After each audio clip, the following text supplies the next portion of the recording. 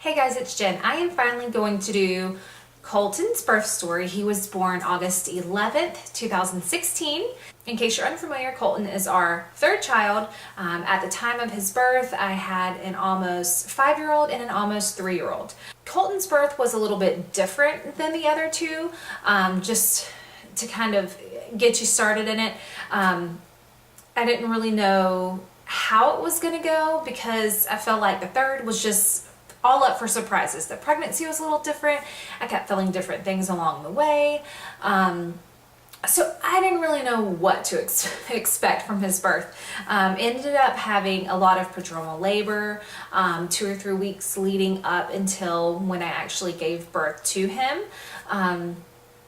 So that's like the main thing of this labor story is prodromal labor, the stress and anxiety that it causes not knowing and trying to make plans and with other kids. And it's stressful not knowing. But it all worked out fine and all was well. But just a little backstory with my other two labors. My first, I started one morning, woke up, a little occasional, just a little bit of contractions, nothing extreme, went to my OB, and there really wasn't much going on. And then he did a stretch and a sweep of my cervix and then said I can go home and see what happens and come back when I feel like, it's time, or I can go ahead and head over to the hospital and see how things are progressing and whatever. So by that time I was exhausted. I was my first. I didn't really know what to expect, so I just went over to the hospital, and contractions were coming a little bit more when I was there, but they decided to give me Pitocin.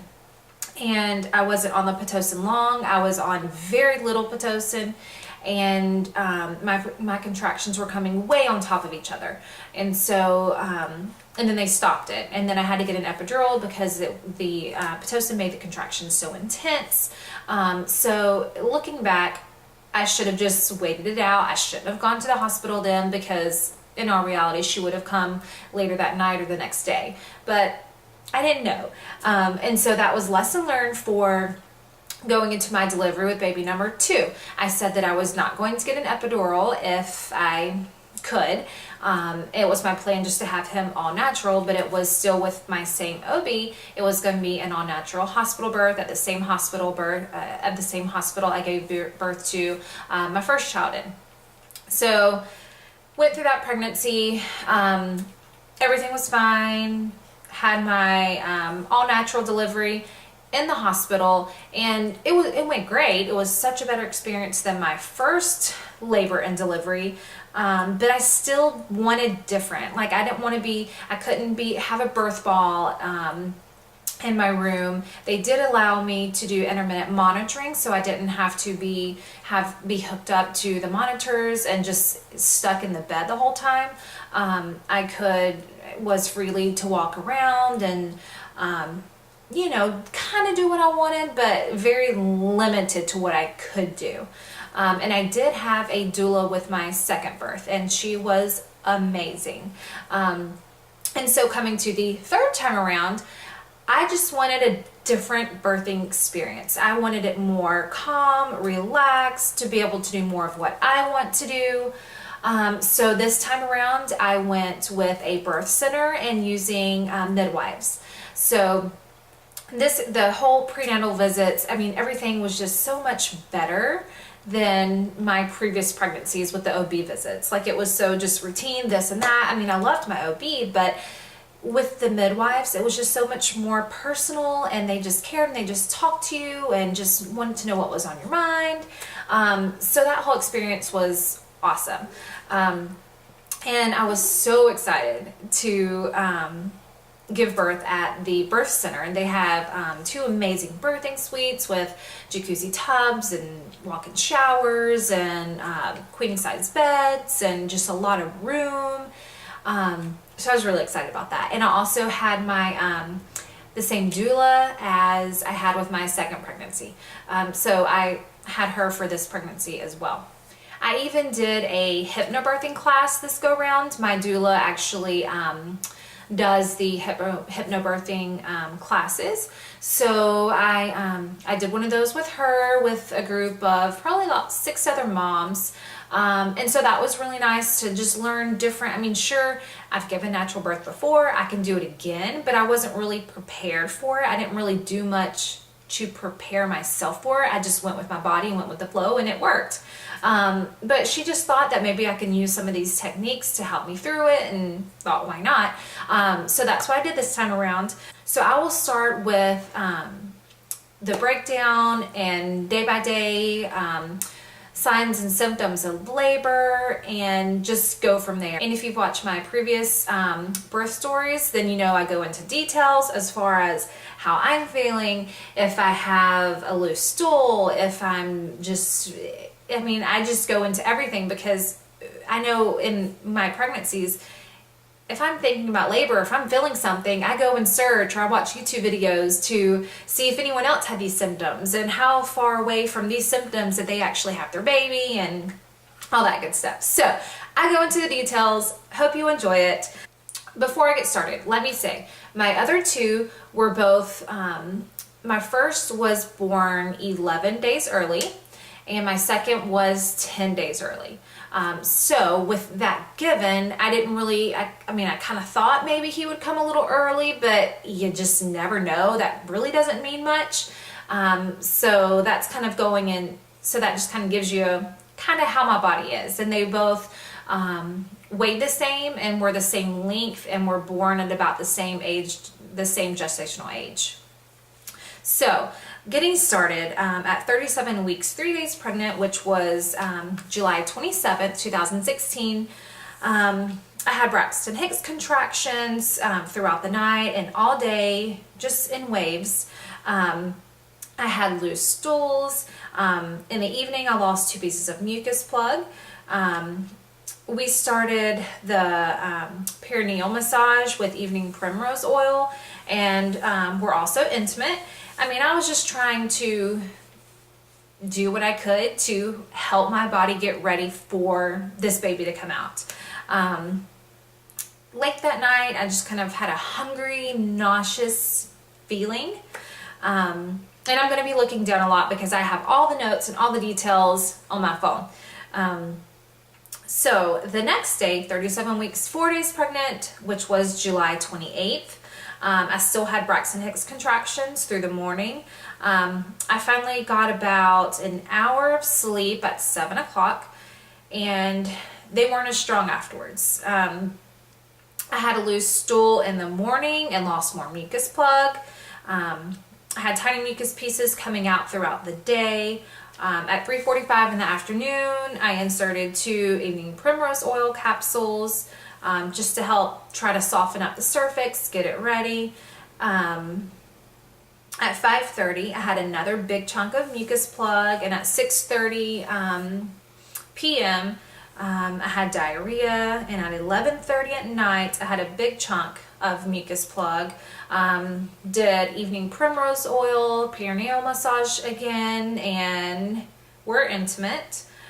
The following day, 37 weeks, 5 days pregnant, which was July 29th. I was really tired that day.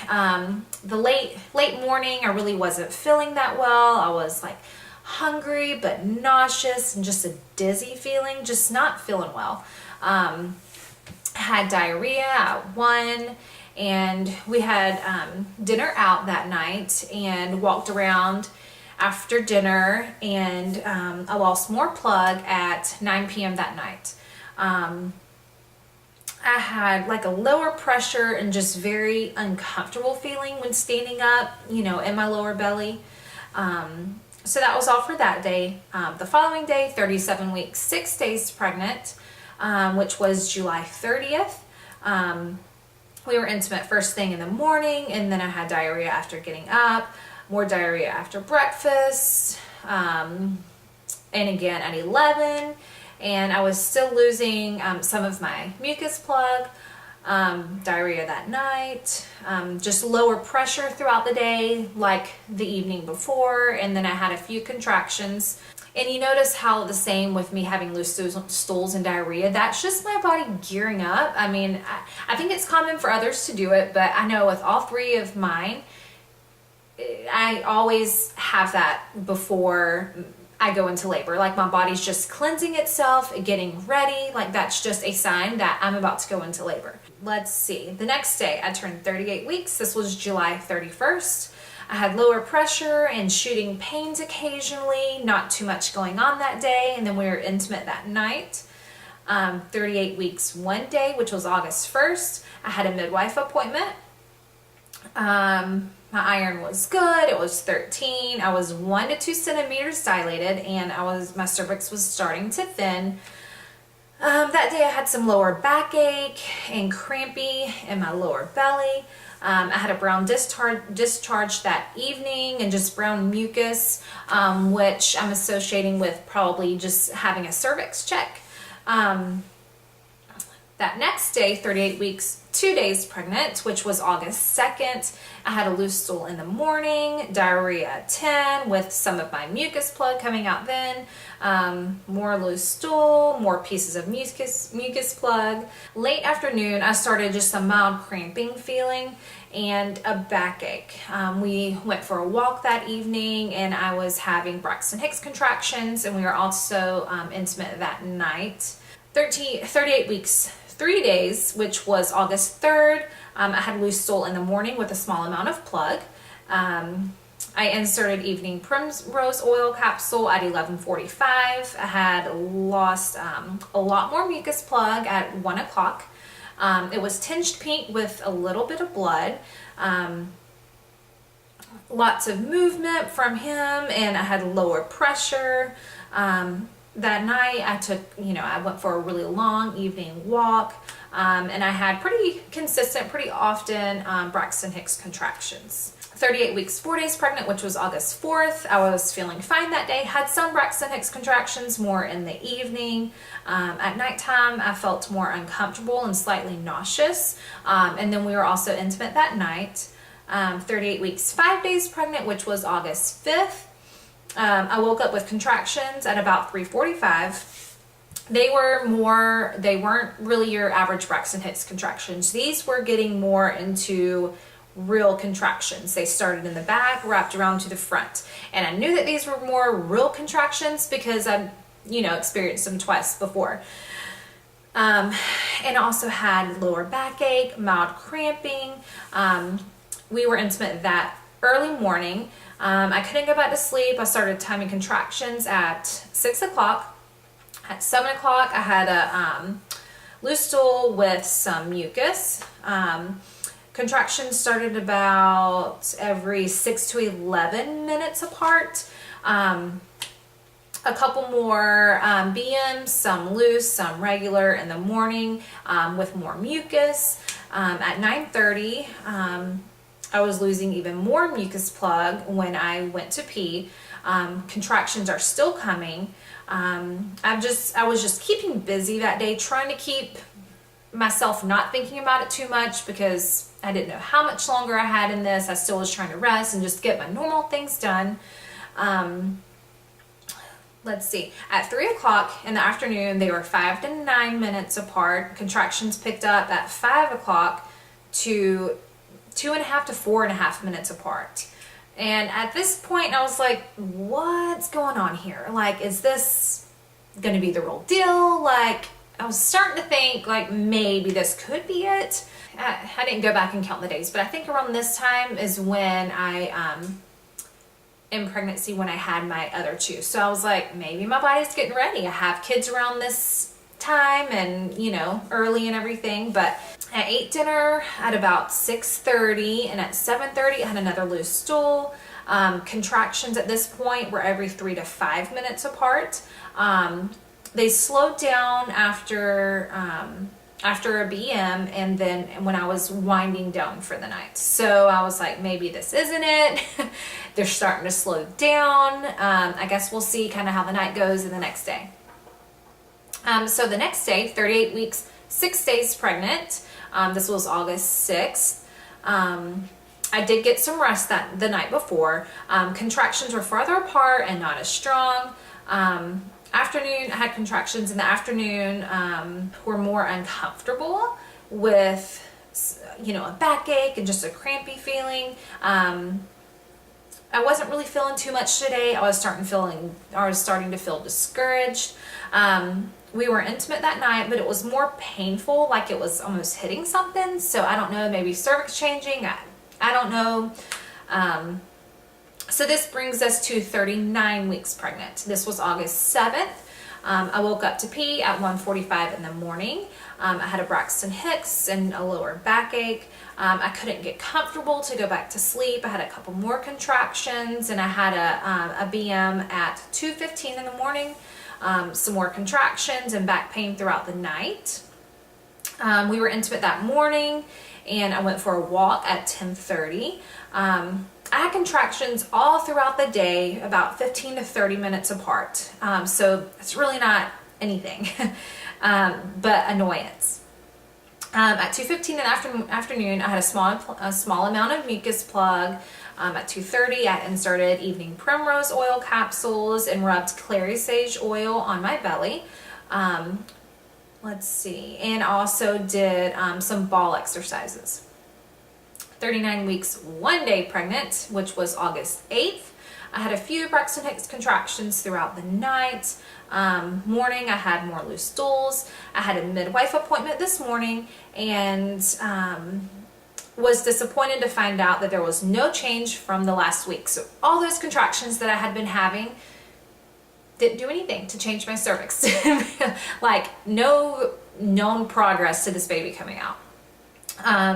She said that she was putting down a 1 to 2 centimeters closer to a 1, 30 to 40% of face, and -3 station. And I was very discouraged. I mean, I know that, it might not even be that beneficial to get checked, but it's like you want to know, and you know that it can change in a matter of hours. So I don't know why I let myself and other women get, disappointed or, so set on these numbers, because you know that it could change, and you know that it's not like the, deciding factor in this. Like, that baby's gonna come when the baby wants to come. 39 weeks, 2 days pregnant, which was August 9th.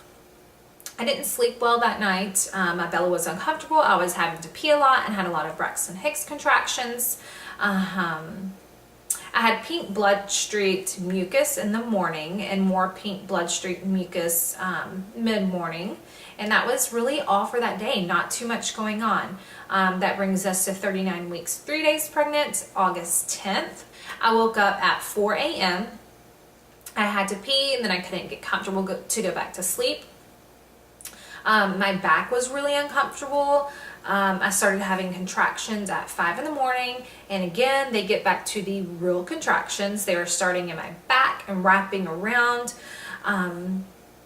to the front, and they were more uncomfortable than the previous ones that I had. That one day that I just had the contractions all day, these were more uncomfortable. I finally started falling asleep around 5:30 in the morning, and they would wake me up. At 6:15, I had a loose stool with a lot of red bloody mucus. I had some contractions still. I had a backache and a crampy feeling. At 8:15, another loose stool with more bloody mucus. 11 o'clock, another loose stool, more blood-tinged mucus at 1:15. These were continuing all day. I was getting really tired. I was having loose stools after dinner with more blood-tinged mucus, still contractions. At nighttime, my husband did some rebozo techniques, and that kind of gave me a little bit of relief and felt better. I did some floor exercises and some ball exercises, just trying to get this baby out. This day was also my daughter's first day of kindergarten, and this whole pregnancy, I was so nervous that I was going to miss her first day of school. So I was like, I'm gonna go drop her off for school, and then I'm gonna have a baby, and I'm not gonna be there to pick her up, or like I'm gonna miss like hearing about her first day of school. So this whole thing was stressing me out too. But she got her first day of school, and with kindergarten they did a staggered start. So she started on a Wednesday, and this was a Wednesday, and she didn't go back Thursday or Friday. She didn't go back until the following Monday. So after Wednesday, she had Thursday, Friday, Saturday, and Sunday. She had 4 days until she went back to school. And I had a feeling it was close. That day I was like, I'm gonna be having a baby maybe this evening, tonight, tomorrow, I'm not sure, but I had a feeling that he was gonna be coming pretty soon. So that brings us to 39 weeks, 4 days pregnant, which was August 11th. I had contractions all night long, around 15 to 20 minutes apart. They were waking me up with each one, so they were getting stronger enough to wake me up, and I couldn't just sleep through them. I wasn't timing them because they were still pretty spaced out, and I wanted to try to get as much rest as I could. But I was glancing at the clock and trying to keep, some kind of idea, but I was just so tired I wanted to sleep. I had lots more bloody mucus that morning, and during breakfast they were still coming pretty spaced out, but I did some ball exercises trying to pick contractions up, but they slowed down a little after eating breakfast, and after lunch they started to pick back up a bit. Now with this, my daughter started school the day before, and then like I said, she had off Thursday and Friday, so this was Thursday. So I had both the kids at home with me. My husband was at work. We were just hanging around the house, just cleaning, just trying to get things done. So I had both kids at home with me by myself. After lunch, they started to pick up a little bit. They were getting uncomfortable. I had to do more breathing and swaying through them. After I put my youngest down for a nap after lunch, I had my oldest in her room for some quiet time, and I decided to get ready. I went ahead and took a quick shower and started doing my makeup just so I would feel better, for one, because you feel better when you have a shower, you do your makeup, you're ready for the day. Like, it just makes you feel better. I'm like, I'm just gonna get ready. So I started to get ready. The plan was, once Easton got up from his nap, that I was going to go to the grocery store and pick up some groceries. I really needed some groceries. So that was my plan. I was going to get ready, and when Easton got up, we would go get groceries. Around 1:30, which wasn't too long after putting Easton down for his nap, these contractions started coming every 3 to 7 minutes apart. Like, they really fast just started picking up, and picking up with intensity. They all of a sudden started coming closer together and getting a lot stronger. At 2 o'clock, once I realized, like, these aren't slowing down, these are getting stronger, I really think this might be it, I told my husband to come home. He works about 40-ish minutes from our house. So I told him to come home. They started coming even closer after I told him that, and I was getting nervous about being by myself at the house with the kids, when who knows what can happen, like how fast this can happen. I called my sister. She works about 5 minutes from my house. I asked her to come, and so she left work right then and headed over to my house. I tried to finish getting ready, and I was just like swaying, like, just now that my makeup's like halfway done, I have to finish it. So I'm like doing my makeup and just like leaning on the bathroom counter, like swaying through contractions and breathing through them. Like, I didn't even know that my sister had got there. I was just still in my bathroom trying to get through all this, and I was trying to gather the things that I needed to take to the birth center. And then she comes rushing into my room, and the kids were in their room still. They didn't have any idea what had just happened, like what's going on. They didn't know that we're about to have a baby. Like, they were in their rooms napping and having quiet time. As far as they knew, when they went into their rooms, my contractions were 15 minutes apart, and there was really nothing happening at the moment. So anyways, My sister got there a few minutes before my husband did, and when my husband got there, we loaded up his truck with the things that I needed at the birth center, and then I kind of got together the things that the kids needed, their, outfits for when he was born, and kind of their bags, clothes, the things that they would need. So I wanted to make sure that they were set. So I was doing all that, and my husband was like, let's go, like, you don't need to worry about this. I was making sure I had my cameras, my chargers, like my video camera, I mean, just like everything. And when I should have just been heading to the hospital or to the birth center. Finally left, and we made record time to the birth center. And the birth center was probably about 25-ish minutes from my house, really depending on traffic. So we made it very fast to the birth center, and the whole way there, I was having very uncomfortable contractions in the truck. And it's worse because you're just sitting in that position. You can't really move and do much. It's uncomfortable. Like, I was very uncomfortable. And along this time, all day, I'd been texting my doula, texting my birth photographer, giving them a heads up on how I'm doing, what I'm feeling, the updates. So my doula, she kind of had a pretty good idea, but that morning she called me. She was like, how are you doing? I'm going to be heading into, she's going to be going south of the major city that we live north of for a hypnobirthing class. So she was like, before I head that far away from you, how are you feeling? Do you think it will be anytime soon? And I was like, you'll be fine, go. Contractions are still about 15 minutes apart. I don't see anything maybe happening until this evening.